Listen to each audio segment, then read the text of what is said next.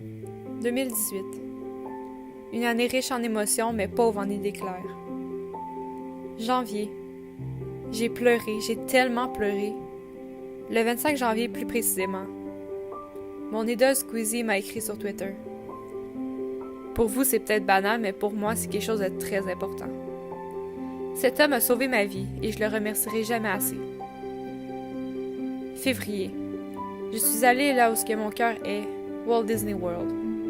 J'ai pu enfin mettre ma dépression de côté et vivre à fond ce voyage magique.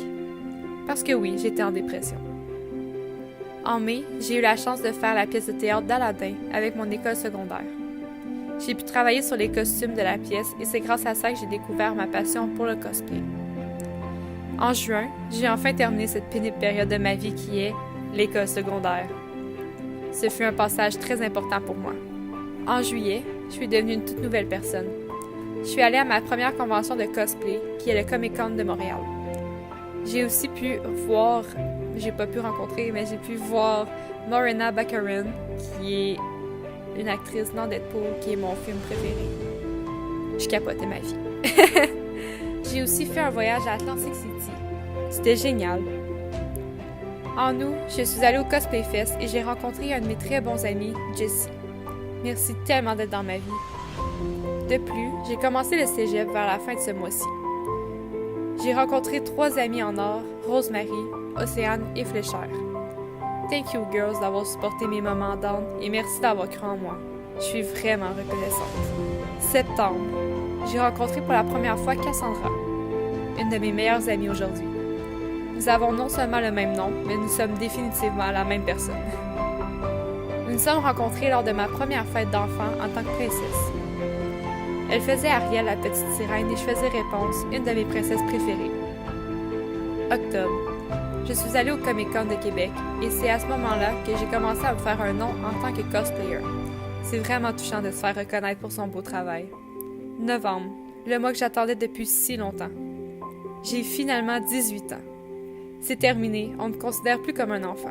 Enfin. Un peu après mon anniversaire, mes parents se sont séparés. Quelle triste et dure nouvelle.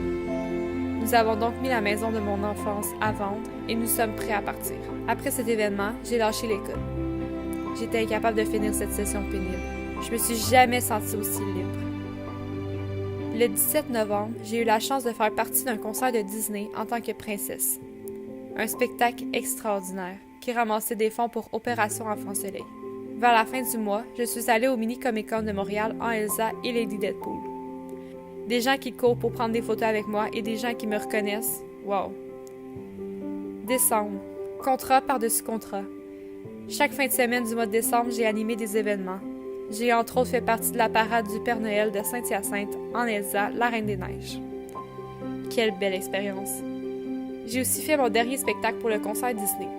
Là-bas, j'ai rencontré des gens superbes qui resteront à jamais gravés dans ma mémoire. I love you guys. 2018. J'ai dit tout le long de l'année que c'était la pire de tous. Mais avec du recul, je me rends compte que c'était une de mes plus belles.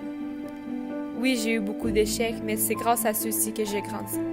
Pendant cette année, j'ai rencontré des personnes en or que j'espère ne jamais au grand jamais perdre. Merci la vie pour ces belles rencontres.